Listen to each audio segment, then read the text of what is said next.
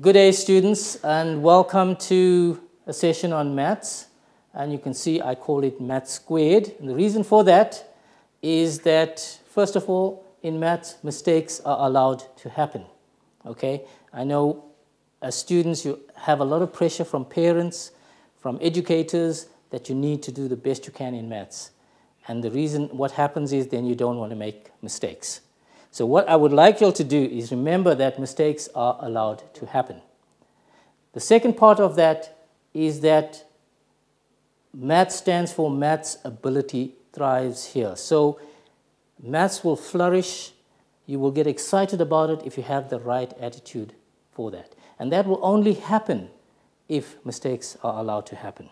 All right, so I hope you keep that attitude in mind as we go through this section of work. Today we are going to look at number patterns. In maths, we also call that sequences.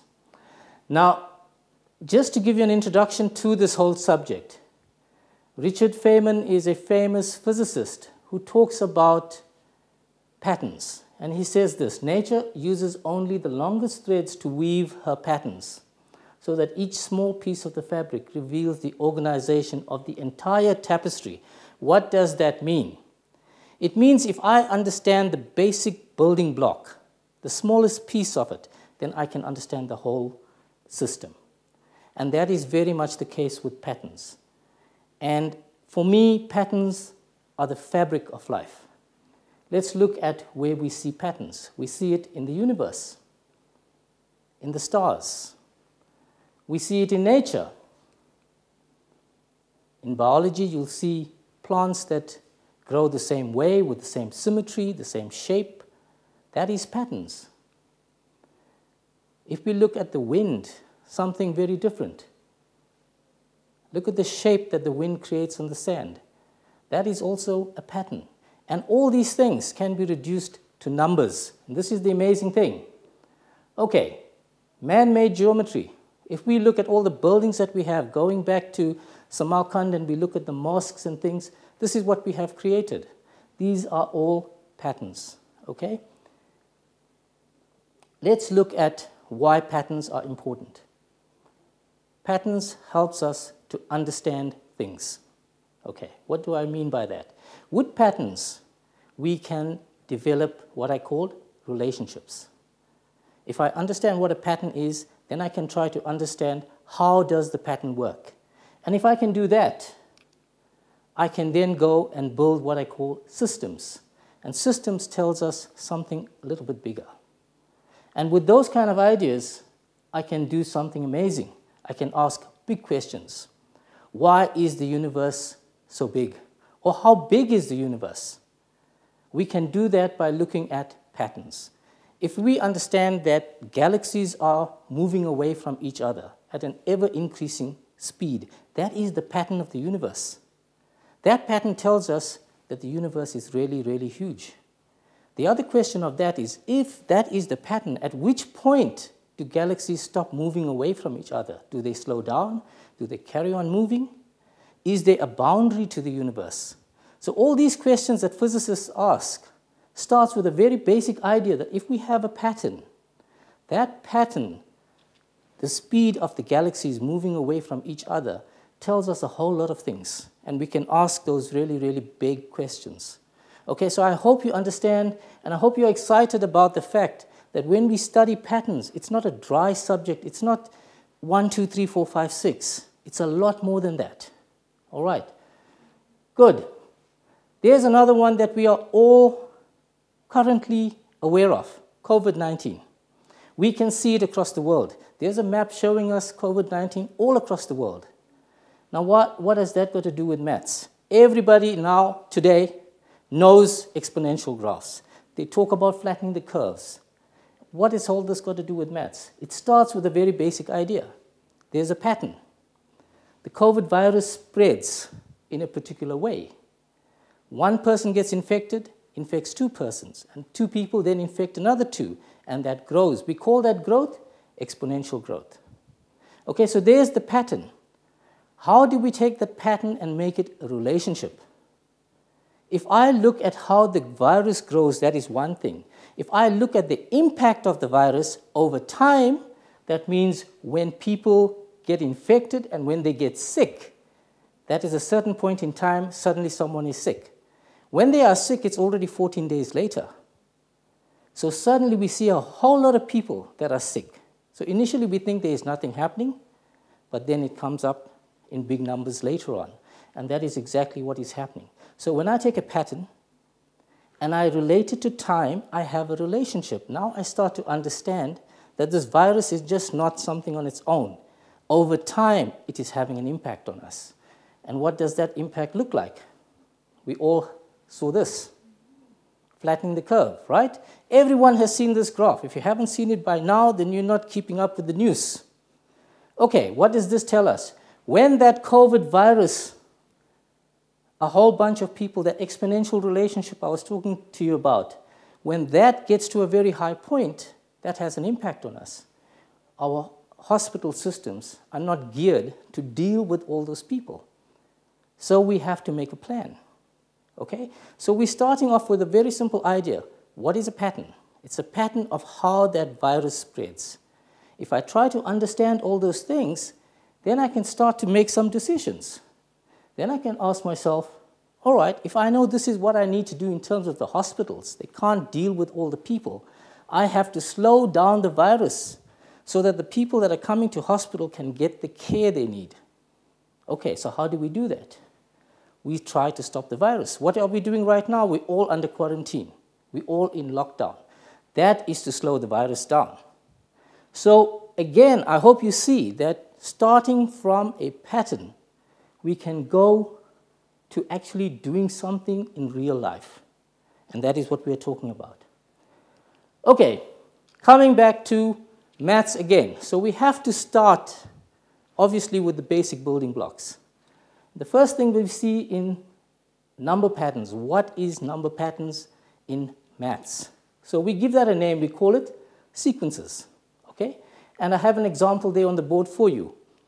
1 minus 6, 36, minus 216. Now, there is a pattern here. And if I look at that, between 1 and minus 6, there's a difference, there's a multiplying that by 6. So 1 times minus 6 will give me minus 6. I multiply it by minus 6 again, I get positive 36. I multiply it by minus 6 again, I get negative 216. So what I'm seeing here is a pattern that is repeating. I am multiplying every number by minus 6. And we call that a common ratio. Okay? So the common ratio is worked out going backwards, the second number divided by the first number. That we call the common ratio. So in this particular number pattern, we have what is called a common ratio. Okay. There's a second example. If we look at those numbers, 7, 10, 13, and 16, we will see that from 7 to 10, I add 3, and then I add 3 again, and then I add 3 again. So what is the number pattern here? We are adding 3 to each number. Okay? So that is another type of number pattern. All right. Now, it is easy to say that I add 3 or I multiply by 6, but can I make a rule? Can I make a formula? And this is where things get a little bit mathematical. Okay. So let's look at these numbers, 1, 9, 24, 49, 81. What is the rule in this number? So if we look at that, I can say 9 looks like a square number, 25, 49, these are all square numbers. So looking at that, these seem to be odd numbers. And these odd numbers are squared. 1, 3 squared, 5 squared, 7 squared, 9 squared. Okay, so I can say that is the rule. I take an odd number and I square it. So the next number will be 9 squared, 11 squared, 121. Next number, 13 squared, 169, and so on. Okay, the second one, 3, 8, 18, 33, 53. That doesn't look like there's any pattern happening there. So we try to discover what is the pattern. So let's start with trying something. So from 3 to 8, I add 5. That sounds right. 8 to 18, I'm adding 10. 18 to 33, I'm adding 15. Then I'm adding 20. So what kind of rule can I make about this number? Each time I add another 5, and I add it to the previous number. So if I look at 8, I added 5 to 8, 5 to 3, the previous number, and I got 8. If I look at 18, I added 10, so 2 times of the 5, plus the previous number, 8, I get 18. So that pattern looks a little bit more complicated. It's not straightforward addition, okay? And so we have a strange looking rule. I'm saying 5, and then in brackets I have n minus 1. So what is the n? The n is telling me the position of the terms. So my first term, for example, is at 3. The second term is at 8. So if I look at n equals 1, where the 3 is, 1 minus 1 is 0. So there is no addition of 5. The first term is 3. The second term, 8, is position number 2. So 2 minus 1 is 1. 1 times 5 is 5, plus the previous term, which is 3, becomes 8. So here we see a different type of pattern. So we can describe our patterns. That is the key thing. We can describe our patterns. Okay. Now, just to get some of the terminology right, because when you work in maths, everything you do has very specific terminology. So let's get that right first. When we talk about the position of a term, n is natural numbers, counting numbers starting from 1, not from 0, from 1. 1, 2, 3, 4, 5. Okay. The terms are whatever the sequence is, whatever the number pattern is. We call those A1, A2, A3, and so on. Okay.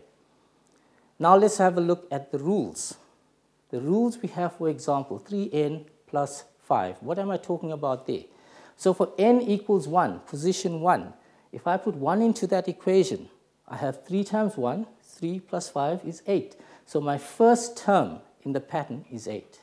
If I put in 2, 2 times 3 is 6 plus 5 is 11, and that is the second term. And that is how I use the rule to give me the number pattern. Okay? There's another rule. A little bit complicated, 2 to the n minus 1. So that's an exponential rule. So if I put 1 into that, it becomes 2 minus 1, which is 1. If I put 2 in there, it becomes 2 squared, which is 4. 4 minus 1 is 3, and so on. So I can take a rule which is a formula and generate a number pattern.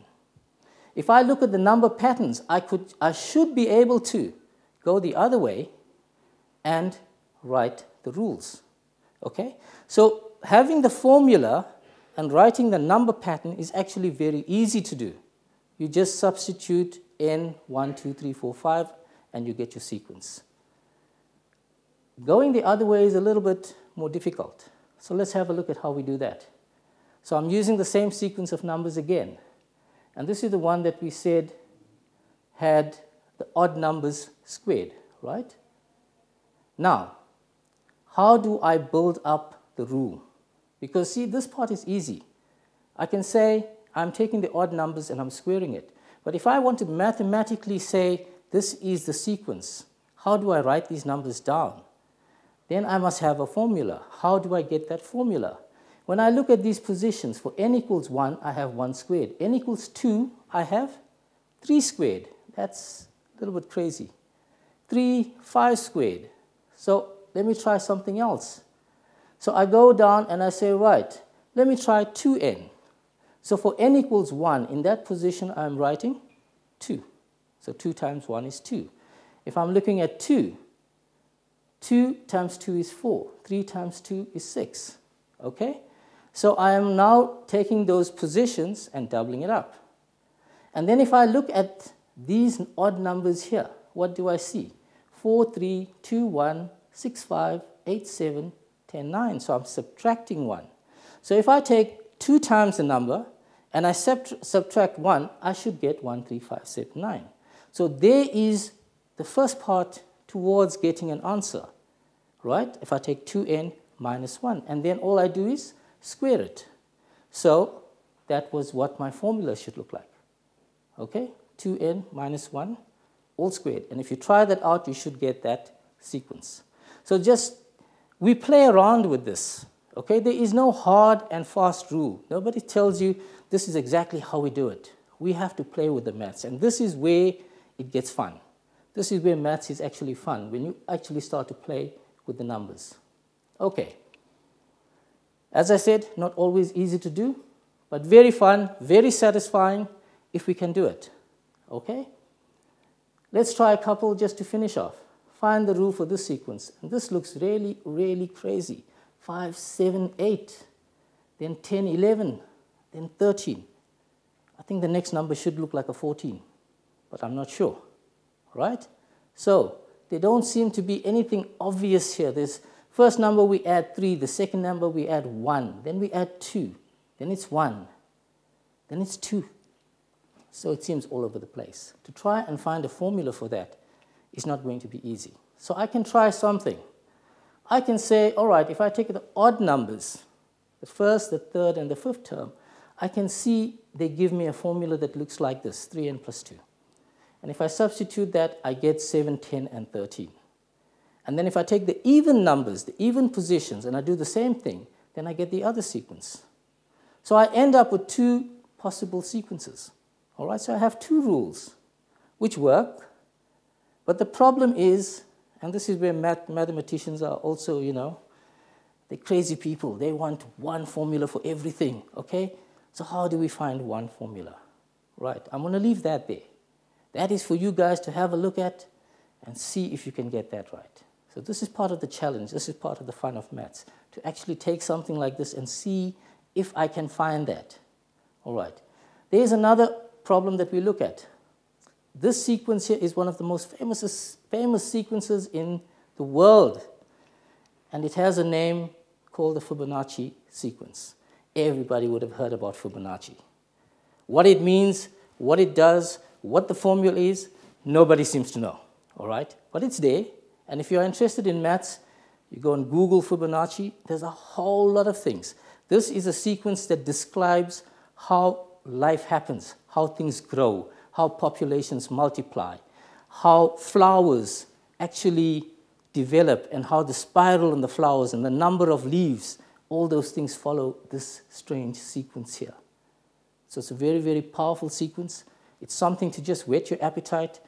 Go look it up, Google it, and have a look at this. And I hope at the end of all this, you have an appetite to say, I want to learn more about number patterns. Okay? The next time I see you, we will talk about arithmetic sequences and geometric sequences. And that is the starting. We're going backwards again.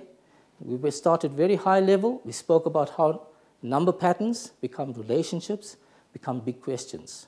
Now we're going to go back and look at number patterns and build up the theory. I hope you enjoy that. Thank you very much.